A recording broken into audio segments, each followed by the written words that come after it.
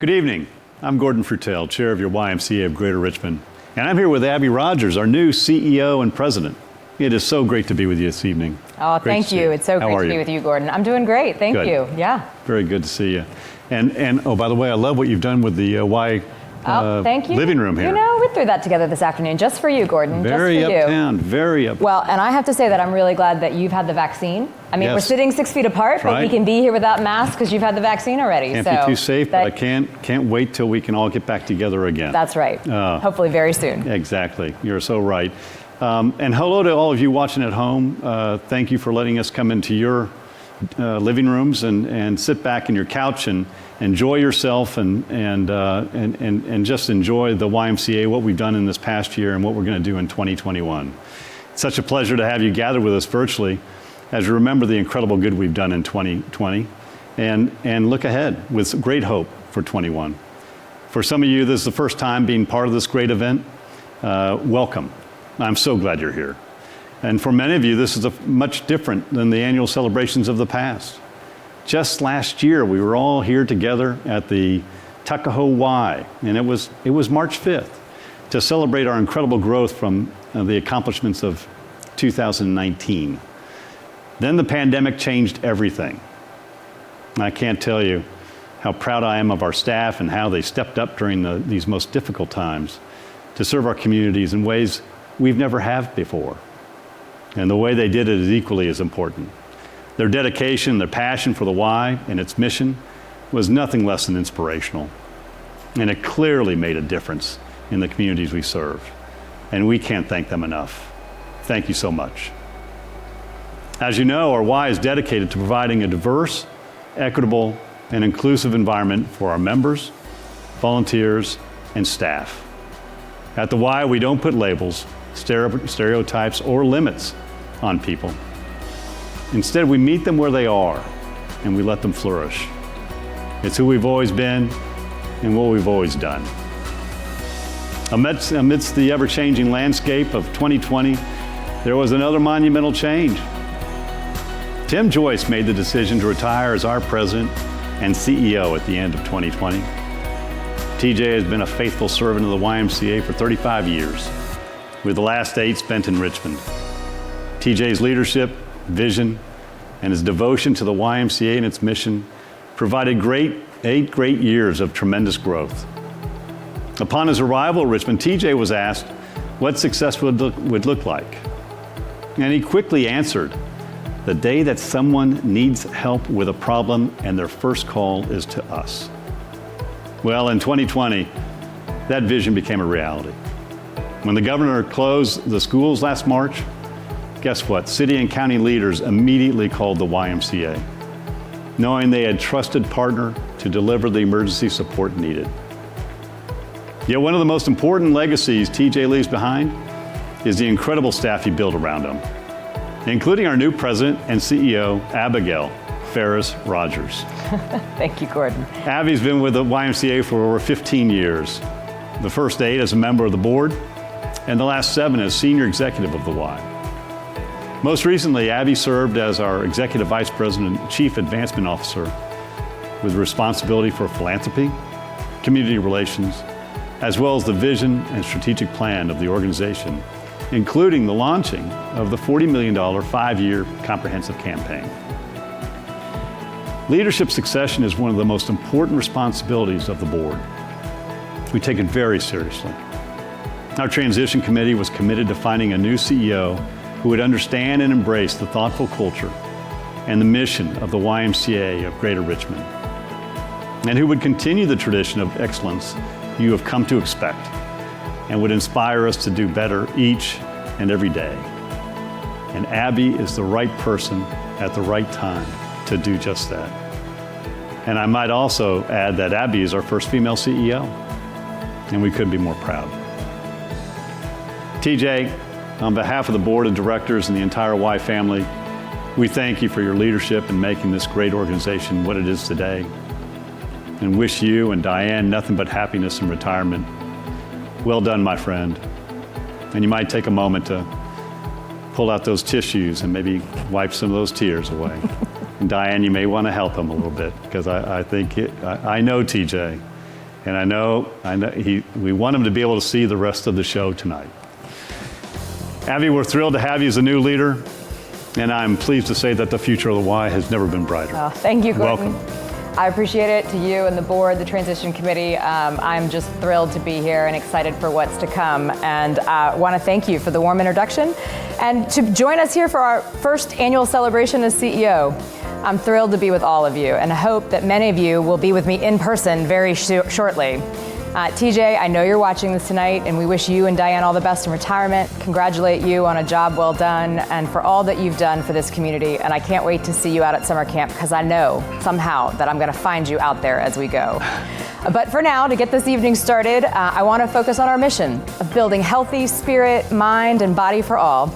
And to do that, please join me for our Invocation video featuring Caillou, who I recently had the pleasure of meeting, and he is the chaplain of the Teen Leaders Club at the Northside Family YMCA. Hi, I hope you're having a great day and an even greater new year. You may notice that the room that I'm in seems quite empty, and that's because I moved. I changed my address, and it hasn't been the greatest experience while getting all my stuff to colleges, but I think I can work with it. And when I start to think more about it, this empty room, and quite importantly, this empty house, this empty space, kind of represents a new year. It's going to have stuff in it. I know that. You know that. But it hasn't happened yet. March, April, May, June, July, August, September, October, November, December. These are all months that things are going to happen in. Experiences, joy, fear, sadness, excitement are going to take place. And sometimes it can be scary. You have no idea if your new house or your old house, new apartment, condo, mansion, or just camp, log house, is going to be better than your last. But just like me, moving is a normal part of life. It's necessary. You can't stay in the same place forever because that's just not what life is about. So maybe instead of looking at what we've done as just a temporary way to move us forward, let's celebrate it as our old house, as our childhood, and as our precious memories. And let's look at the new year as a new one, where we can build a completely new home for everyone who needs it. So Gordon, I have a little news to share with you about Caillou. So Posse is a national foundation that has just come to Virginia, and they work to place diverse students into career industries and universities across the country, and they have scholarships that they work with the colleges for.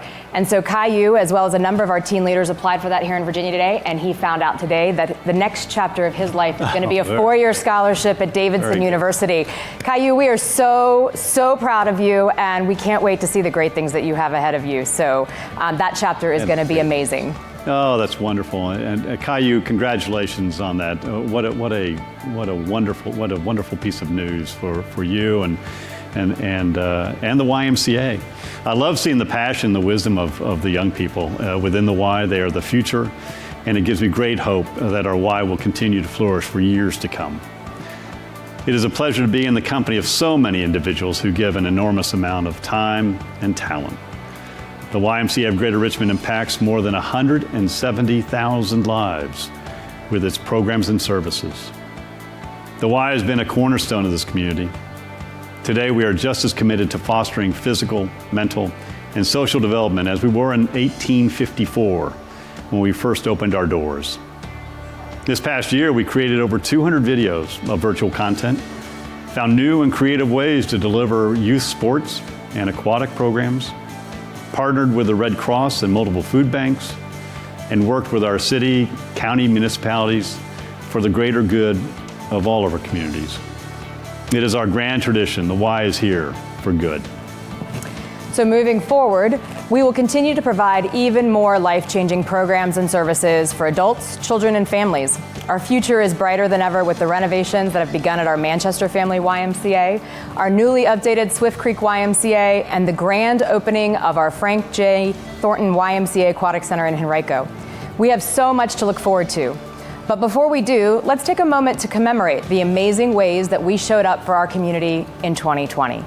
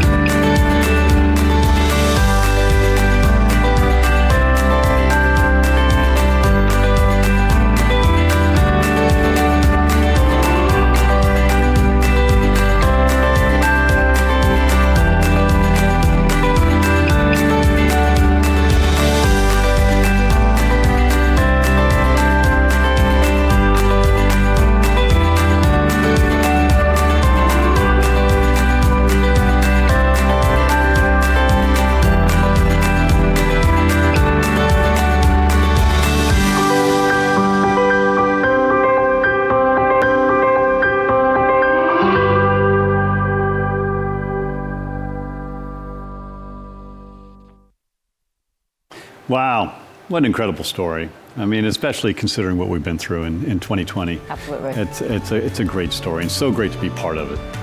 As you can see, much of the 2020 response was in childcare, from Camp Hope to summer camp to student success centers. Having a strong, qualified youth development staff team has been critical to our success during the pandemic. Families needed the YMCA in 2020, and they will continue to need us in the future. But don't take my word for it. Please watch this short video from one of our students in a student success center. Hey, I'm a white kid. You can say that 2020 should go down the drain, that we should forget about it. China has more than 200 confirmed cases of coronavirus, it's called, which produces pneumonia-like symptoms. 3 people have already died from this illness, which has spread to at least 3 other Asian countries. Tonight, anger in the streets across America. Massive crowds gathering again to protest the death of George Floyd. In cities from coast to coast, peaceful protests marked as violence erupts. The president sought to reassure the American people, saying, quote, "We are marshaling the full power of the federal government to protect the American Take a look people." now at how these uncertain times are impacting our children. Experts say the virus plus the isolation of virtual learning and social distancing from their friends all create a recipe for anxiety and depression. People say just to move on, to get over it. Isn't it safe to say that this year was wasted? Well, not for me.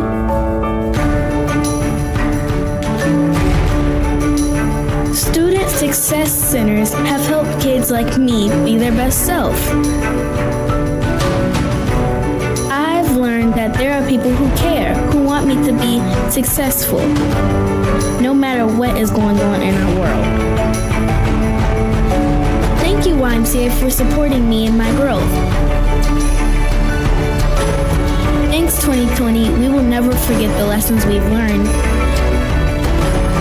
Thanks for teaching us the meaning of community and determination. Hello, 2021. You have big shoes to fill.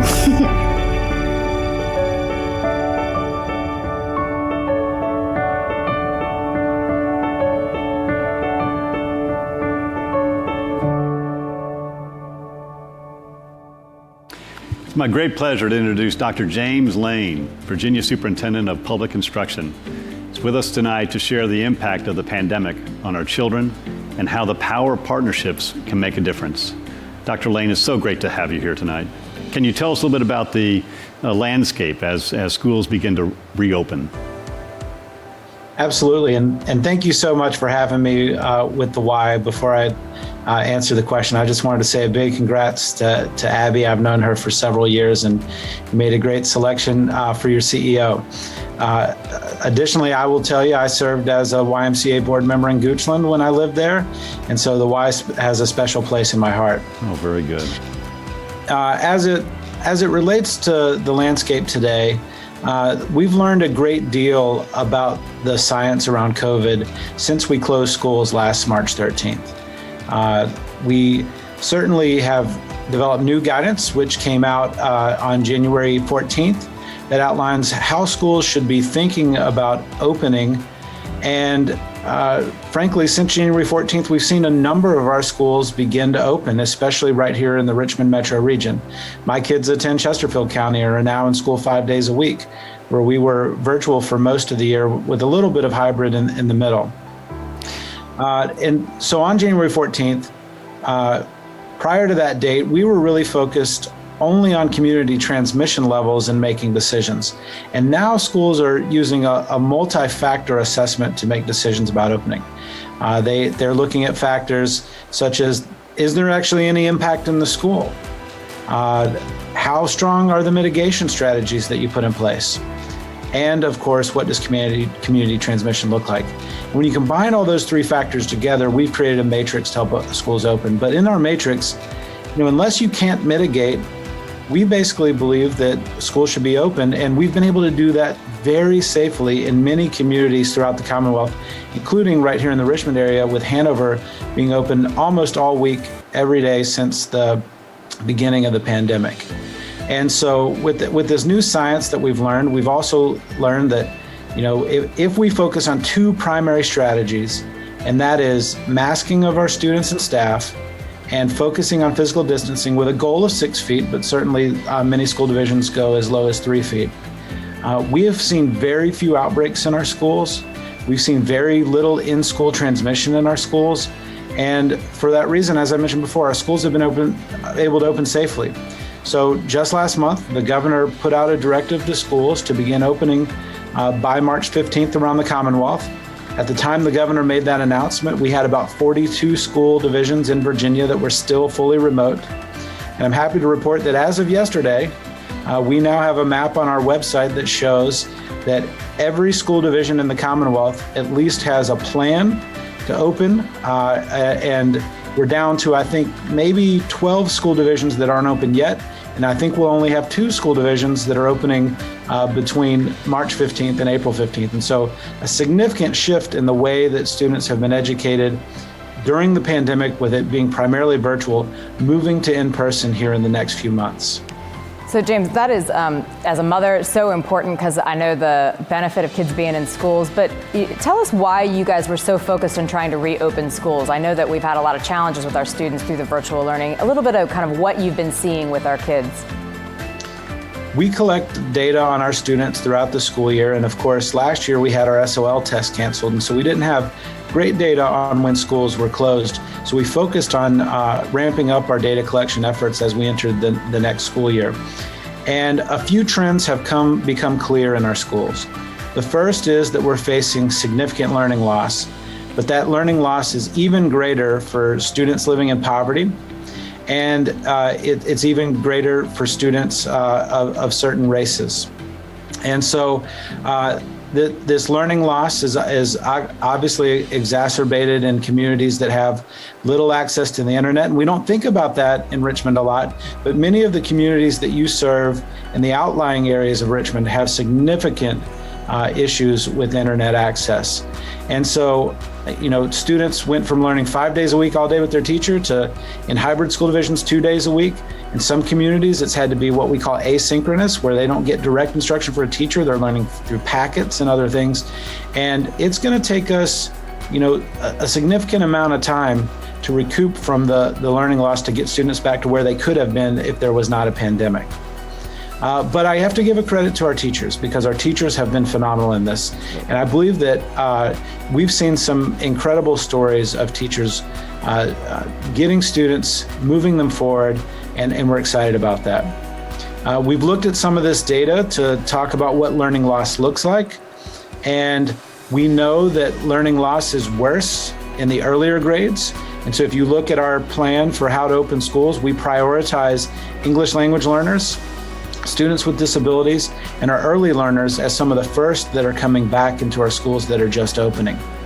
But students are, we would see in any given year maybe 17% of students at the beginning of the year that aren't on grade level in kindergarten, right? Which is why we're so focused on early childhood, but that's for another time. But now, with the opening of this school year, we saw nearly 27% of our kindergartners not on grade level on the assessments that we give. Beyond that, we looked at the upper grades in 3 through 8, and our reading scores in grades 3 through 8 held steady more than you would think. And we think that that's partly attributed to the fact that so much learning that's having to go on right now is going on through reading, and it's something that we can do asynchronously. But we're seeing significantly more learning loss in mathematics. And then in addition to that, I would say we're seeing a very higher rate of students failing courses. That could be because of difficulties with turning in assignments, managing schedules in the virtual setting, and a variety of factors. And so finally, one of the major issues that drove us to thinking about really pushing more and more of our students to in-person, assuming they don't have high-risk categories and factors like that, is social emotional learning. We've been talking extensively with our pediatricians. The Virginia Association or chapter of the American Association of Pediatrics released some data, and they shared with us that our doctors are prescribing medicine to students at a much higher rate, especially for behavioral disorders. And so there's increased prescriptions for anxiety medication, for ADHD, for behavioral issues. And then they showed us some significant data that shows that there's an increase in suicidal ideation amongst our students. And this is often linked to students in the virtual setting because of the isolation that they're feeling. And so when we looked at all of the factors related to student mental health, and I'll even add student physical health to that, because I do believe our children are less active in the virtual setting, but mental health, physical health, and then of course their academic health, the risk factors to students long-term for what they're facing in the virtual setting that risk is outweighing the risk of COVID, especially for those students that don't have high-risk family members in their homes or aren't high risk themselves. And then obviously with the teacher vaccine coming online, we did not make vaccination a precursor to opening, but it certainly accelerated our push, knowing that we could keep our teachers even safer than in our mitigation strategies by getting them vaccinated. Well, and we appreciate at the YMCA that focus on that, because I think it is so important. And, you know, as you mentioned, this is really exacerbated for everybody the importance of our schools and the important place that they have in our community. And you guys have had a lot of challenges that you face, but I think our families have had a lot of challenges too. We've seen it here at the Y. Tell us a little bit about what you're hearing from parents. I mean, we know that there's 2 million women across the country that are out of the workforce now because they have different priorities than they would have if schools were open. But can you just share a story or two about what you're seeing from your families? Because they're having challenges too through all of this. Well, certainly, as a parent that for a time had 2 of my children at home before I went back into the office, it's a totally different world when you're having to navigate your students' education while working and dealing with the other needs of your family household. We saw parents overnight supporting their students as their teacher, especially in those asynchronous environments I talked about, where, you know, there's not live instruction going on in the virtual setting. And our parents are, you know, they've just told us they're tired. Now, that's not a reason alone to open schools, but when you look at that side by side with all those factors and the fact that, you know, everyone knows that the best place for our students is with their teacher in the in-person setting, and we wanted to do that when it was safe and when we learned more about the science, and I think that's where we are. But, you know, our parents, in many cases, especially with some of our students that have more challenging backgrounds, you know, are not necessarily prepared to lead students through their academic journey, and they need our teachers to support them. And they frankly need partners like the Y. Many of our parents are starting to transition back to in-person work environments, especially those that are frontline workers. And, you know, our parents needed the support of things like the Success Centers with the YMCA to support our families. And they're having to balance a lot with dealing with COVID and dealing with their job and dealing with the academic setting. And so our parents have really looked to our schools and our out-of-school time partners like the YMCA to make that possible. Dr. Layne, is there, as you think about it, and as we transition into back to school, is there anything that what they've been through that there's a silver lining that has benefited them the families going into the schools at this point?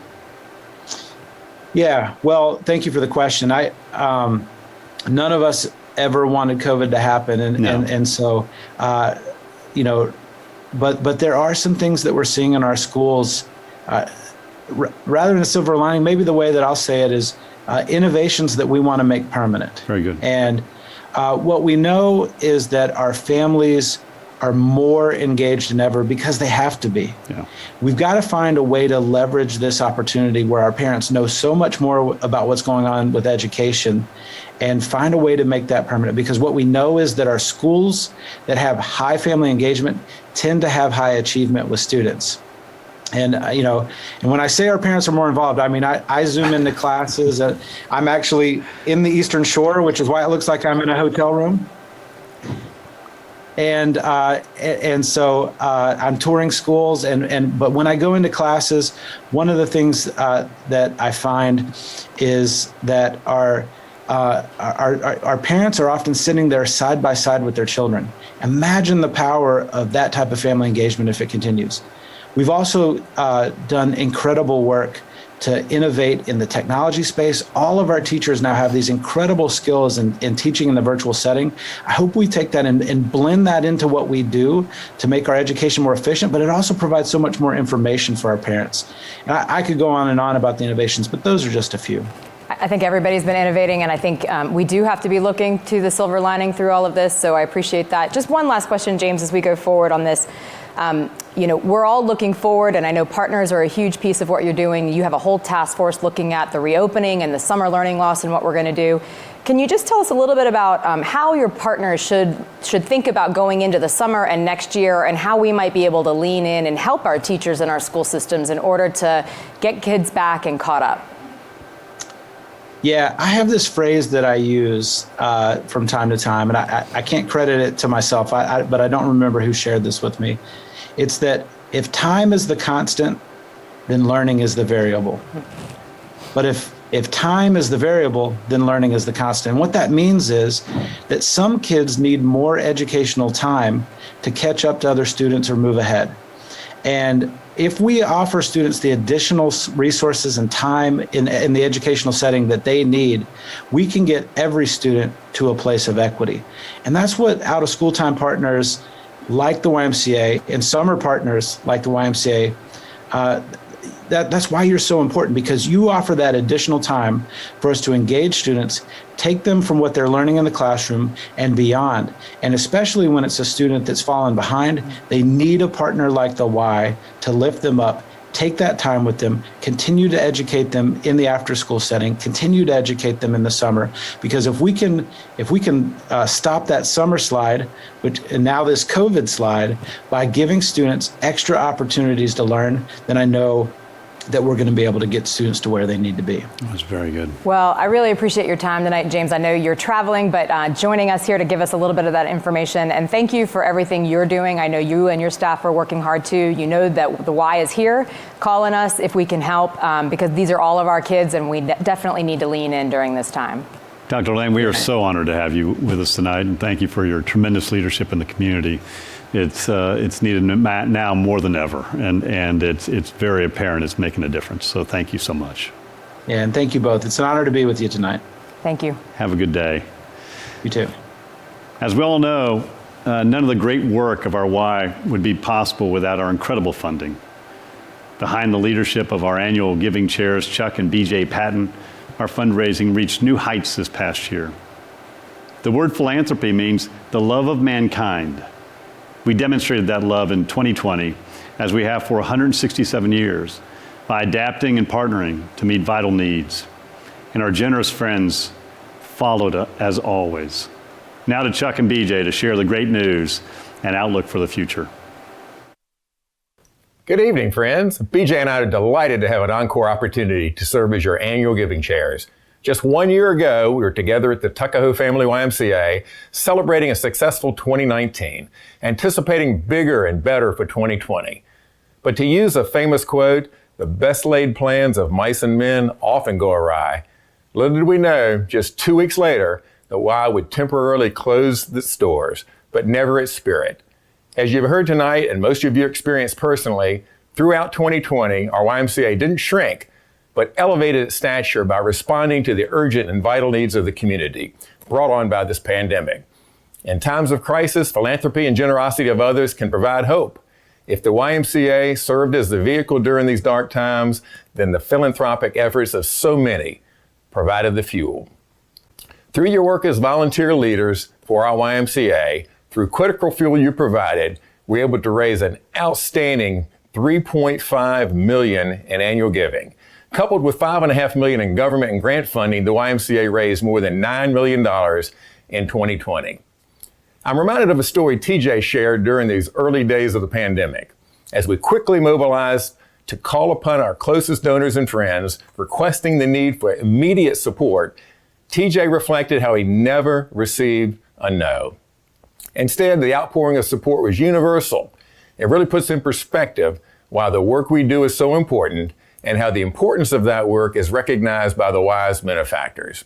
And many of those calls were to you joining us tonight. For that, we are forever grateful. Often crisis brings clarity, and clarity is what really matters. Health, safety, family, and authentic family connections. The relationships, the authentic connections you built made what we did together in 2020 possible. Chuck and I are committed this year to build on 2020 and are excited to have Abby Rogers with our backs and at our helm. While our darkest days are hopefully behind us, there is much work to do. We continue to see the lasting effects of job loss, prolonged isolation, stress of virtual learning, teens missing important milestones, and anxiety from the uncertainty of the future. But the Y is there, ensuring opportunity for all in our community. On behalf of our community, I wish to say thank you to these volunteer leaders who are committing their time to the Y movement. Together we have done and will continue to do impressive work. Later tonight, you'll hear Abby's vision for the future and how we'll continue to meet the essential needs. In homes of need and in homes of plenty, we are families that need, depend on, and trust us. We have the power to bring about change in our community through the YMCA, and you are doing it now as critical advocates of the YMCA. And now, all right, drum roll, please. Our 2021 annual campaign goal is $3.2 million. Let's have fun and make a difference. Bless you all. I mean, wow. Chuck and BJ, thank you for your leadership for this campaign, and congrats on a job well done. As Chuck and BJ said, we raised $3.5 million in our annual campaign. We also received $5.5 million in grant and government funding. But in addition to that, there was $3 million from our members who stayed with us and donated their dues back in April and May of 2020. In total, we received an astonishing $12 million in public support, and it was just so humbling for that to be the case. Chuck and BJ, to you and all the volunteer leaders and donors and members listening in tonight, please hear my heartfelt and sincere thanks for your investment of time, talent, and treasure in our YMCA. It's a great story. Speaking of incredible volunteer leadership, I'm thrilled to share a video honoring this year's Lifetime Achievement Award recipients, Hayes and Betty Watkins, longtime champions of the YMCA. The YMCA Lifetime Achievement Award is the highest form of recognition the Y can bestow. It is given to individuals who have dedicated themselves and their lives to furthering the mission and values of the YMCA of Greater Richmond.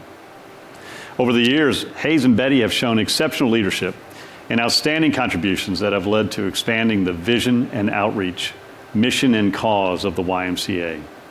Through their passion for the spiritual, mental, and physical health of the Greater Richmond community, both have made a lasting impact on the lives of others to help make our community a better place for all. Now let's take a moment to watch a video honoring the Watkins. It is absolutely a tremendous honor to come into your house, albeit through Zoom. We had hoped to be there in person, but our inch worth of ice storm perfectly planned today by the YMCA has kept us from doing it. But thank you for allowing us to have this time with the two of you. It means a lot to us. And you two have been so dear and just so loving for so many years of your YMCA that we are thankful and we are grateful that you are allowing us to bestow upon you the highest honor of the YMCA, which is the Lifetime Achievement Award. Now, I believe that we delivered the award yesterday.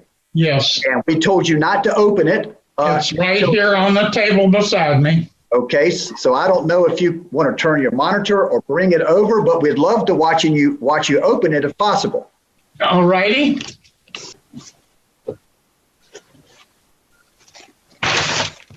And here is a card from Abby, Hayes and Betty. We are so grateful for all you have done for the Y. I cannot imagine any couple more deserving of the Lifetime Achievement Award. We are sorry that we cannot be together, but look forward to celebrating and honoring you next week. Abby, thank you. It's got a little muscle to it, doesn't it? I'll hold it. How will it be if I hold?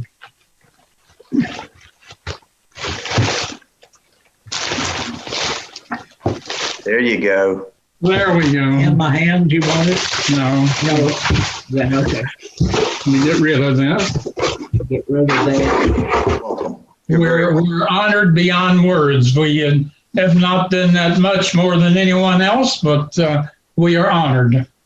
I don't know how Journey and I first got together, but I think he invited me to join the board, and I reluctantly did. And, once he got me on the board, he kept giving me jobs to do. Like a good Y director. So, and shortly after that, we entered into a financial capital campaign for the Y. So Journey and I traveled around this part of the country calling on a lot of local corporations who supported the Y. But Journey was the one that got me involved. One of the things that Journey and I were concerned with was parts of the area that were not served as well. And so we, I think, worked extra hard on the North Side YMCA, and we added the Petersburg YMCA, both of which served underserved people. And we were very pleased at how both of those areas have developed over the years. Well, what's outstanding is, that was back in the mid-'90s. Right. And then here you come again, when the new CEO, comes trotting up to you back in 2017, gosh, that seems like so long ago, and ask you and Bruce to be honorary chairs because we need to renovate those facilities that you did work for 20 years ago.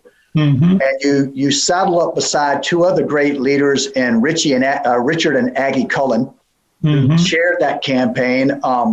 And those Ys were renovated in tremendous equity work. And up until COVID, because we're all a little different now in COVID, but they're thriving and serving the communities again, Hayes. And so you've been part of this investment for over 30 years in very significant communities. And my friend, I just hope you feel the full weight and the gravity of a job well done of service. We're pleased to be having been a part of it. Thank you. As TJ was saying that, Hayes, maybe while we still have you, I know that us staff always just looked up to you. I don't know if that's the exact right, but we learned so much from your quiet leadership. I know there'll be a lot of young Y leaders that'll be watching this video. And TJ and I are off into retirement. And so we've got future leaders that are helping to ensure that the YMCA is here for good. What advice would you have for our future and current young leaders of the YMCA? Just remember that the YMCA has been a critical part of community life for 150 years or 170 years now. And to give it your all, because you could do nothing that's more meaningful for the country or for the individual. So just go at it like a tiger. Yes. Join the Tigers. Oh, that's so well put. And it's and Hayes, I just remember when I called you when this pandemic was breaking loose. And I said, partner, we got some dark days ahead of us. And I still remember you say, how can I help? What do you need? And you just stepped right up. And you have always been that way with thought leadership, with counsel, with your presence, and your support. You've been tremendous. And so for that, this YMCA just humbly thanks you for what you have meant for so long to it. It's been our honor to do it, Tim. We are pleased to be a part of the Richmond Y and wish it all the best in the years to come.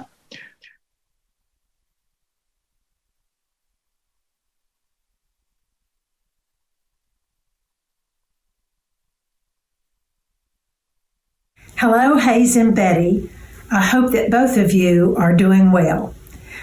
I am so delighted to have been offered this opportunity to congratulate both of you on receiving the Richmond YMCA's prestigious Lifetime Achievement Award. I just wish that this recognition could have been done in person rather than by video. But these are the way times are right now. The two of you have left your fingerprints and more on this community. It is hard for me to believe that you have been here for more than 40 years. And I know that because not too many years after you arrived, I joined CSX Corporation and had a chance to get to know both of you better than I would have. I congratulate you. I'm in awe of all that you've done for this community, and I thank you for all that you have done here. I look forward to seeing you again, hopefully in the spring, maybe when you come back to Richmond, Virginia. Please let us know. Charlie and I would love to take you to dinner.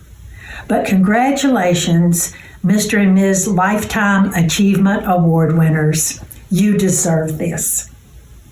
Hayes and Betty, I am really delighted to be part of the many voices paying tribute to you today on the occasion of this wonderful award from the Greater Richmond YMCA. I know how devoted you have been over many, many, many years to the cause of the YMCA, and it's wonderful to see you receive this tribute.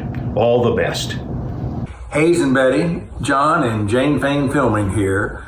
Your leadership of our capital campaign way back when will never be forgotten. Thank you for all you have done for our Richmond Y.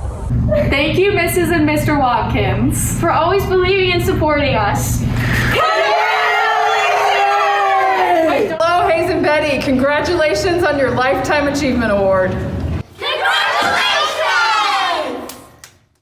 Makes you want to jump out of your chair. What an incredible legacy of service and generosity the Watkins families have had on the YMCA. Thank you, Hayes and Betty, and congratulations on this much-deserved recognition. I salute you. I now would like to turn things over to Abby to share her vision for the future of the YMCA. Madam President, the floor is yours. I'm not sure about that title, but there you go. Well, thank you, Gordon. Thank you for your support, your guidance, your leadership. This has been a tremendous transition, and I really appreciate everything that you have done to make it so. And I just want you to know how grateful we are to all of you for being with us tonight. And I'm going to share with you a couple of the highlights of the work that your YMCA has been doing right now and for the rest of 2021. I'll share the tools we're using to build upon our strong foundation that make up the real DNA of our success. But first, I'd like to share with you a little bit of my Y story.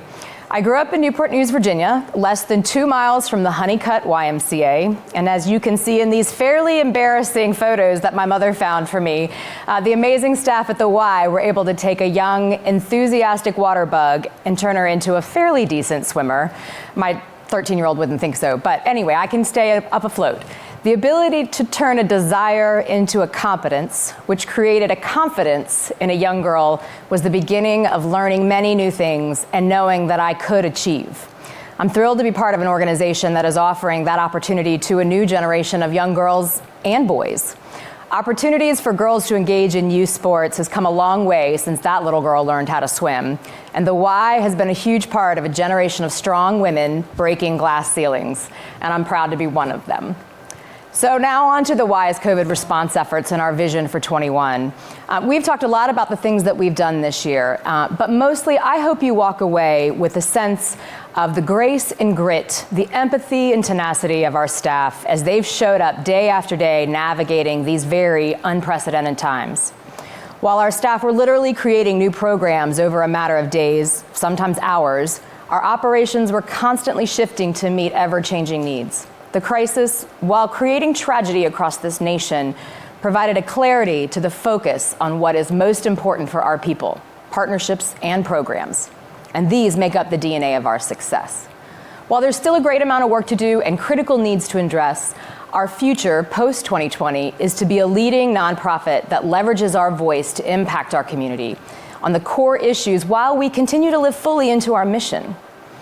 Because we entered 2020 with a strong foundation, built upon planned investments in more Ys, the new Thornton Aquatic Center, as we referenced earlier, program quality, infrastructure, a strong staff, loyal supporters, and a stable financial situation, we are in a unique position to emphasize and enhance the work we have done that will move our mission forward.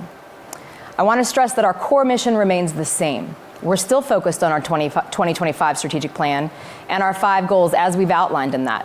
But many of the tools and the approach to the work is going to be different because COVID has changed everything. Tonight, I'd like to share with you 3 key areas in which we will build upon the foundation that is so strong to bring back our communities, hopefully even stronger than they are today. And the first one we've talked a lot about tonight is education. You heard James Layne speaking of that. Equity of education is imperative, especially now. The need for childcare is higher than ever. Children in schools need our help. You heard James talk about that. The Y is a lifeline for families. Whether through after-school care, our beautiful memories at summer camp, families need the Y. When the pandemic hit and schools closed, community leaders picked up the phone and called us because we're a trusted partner, and the Y has become synonymous with being there for families. During COVID, innovation drove our summer Power Scholars Academy. We went completely virtual. We served over 700 students, and this enabled us to innovate further as we came into the school year, and we had to start our YMCA Success Centers, which provided full day care while supporting virtual learning. What we're discovering is that the pandemic has exacerbated that learning loss because too many children don't have access to academic support, and childhood obesity is worse. Kids aren't engaging in healthy activities. We also know, and James mentioned this, mental health and the desire for socialization is at an all-time high. We know that these disparities are even higher in communities of color and marginalized households because of education and health inequities that have existed forever. But for example, 60% of our low-income students regularly log on for online instruction, but that's in comparison to 90% of our higher-income students that are logging on. Predictions show that children in low-income households will fall a year more behind than their more resourced peers. Dropout rate for high school students is projected to be higher by 1.1 million students this year. 1.1 million, that's a tremendous number. But there is some good news. We've proven that we can rise to the challenge and we can quickly scale like very few others, provided that the foundations of our organization, our people and our business is strong. And this is why our annual campaign matters more than ever this year. We need to be able to answer the call quickly, and we need to do the urgent needs of the school and families. Every child deserves a place to flourish. The next thing I want to talk about is community health. The RTD had an article recently, and it said 4 Richmond zip codes with mostly Black and Latino residents make up 60% of our COVID cases. Black communities in Richmond have 4 times the hospitalizations of white patients. This outpaces all the national statistics. Health equity is a real issue. You've heard us talk already about the vast differences in life expectancy from the east end of Richmond to the west. It's only getting worse. But the Y has a unique role in helping to close this gap. Social determinants of health include education, social status, access to health care, employment, personal health practices, support networks, and many others. The Y can create access and support in these areas. As we create welcome centers in our Ys, our current navigation work that we've been doing in the city of Richmond with Help One RVA, or just in the Group X class at your Y, our commitment to being open for all allows us to help create health in our communities, but also to bring awareness and access to services that create the potential for health. COVID has given us opportunity to think differently about health and wellness, and we'll build upon this work through the community health initiatives, partnering with cities and counties for expanded social needs navigation and newcomer welcome centers. We'll continue to push the envelope on what it means to be open for all as we lean into health equity. This is a long-standing part of the Y's history, but it's more relevant now than ever before. The last point I want to touch on is community and social equity. We remain committed to our mission, but as you've probably gathered from what you've heard tonight, we're going to lean in a little harder to that open for all. During this time of isolation, division, and strife, the Y is a place where people belong. We want everyone who walks through our doors to feel like they can learn, achieve, grow, and thrive, like that little girl who learned how to swim at the Y. We are a place that brings people together. We create bridges and hopefully encourage people to listen to one another and hear each other in a different way. Through our commitment to diversity, equity, and inclusion, we will leverage our credibility as a community voice, as a convener and a coalition builder. As we enter this year and we look at what's ahead, I believe that to do these three things we've talked about, to lean in a little more to that open for all, there's three key tools that we'll use to leverage for this work. None of them are new to us, but they are more important now. And I want to talk about innovation, community partnerships, and advocacy. You've seen our innovation over the last year. We've been talking about it all night. COVID has changed many things, and many more changes are still to come. Join us in thinking how to use this time to think deeply about who we want to be as a community and how we can answer the call from those around us differently. Collaboration, partnerships will allow us to leverage the best from all of those that are doing this work in our region. Join us in putting aside our own programs, ideas, and perceived needs to maximize the assets we each bring to the table and strengthen our region. And advocacy. What is advocacy more than just telling our better story? How do we tell the story of our neighbor? How do we champion those things we know will create a more equitable community for that next generation? How can we link arms to do this important work that we know is coming? And how can you join us in this important effort? Tonight, I want to leave you with this. It's a quote by the late Ruth Bader Ginsburg, which has resonated me since this fall. Fight for the things you care about, but do it in a way that will lead others to join you. This is the work that we have ahead of us.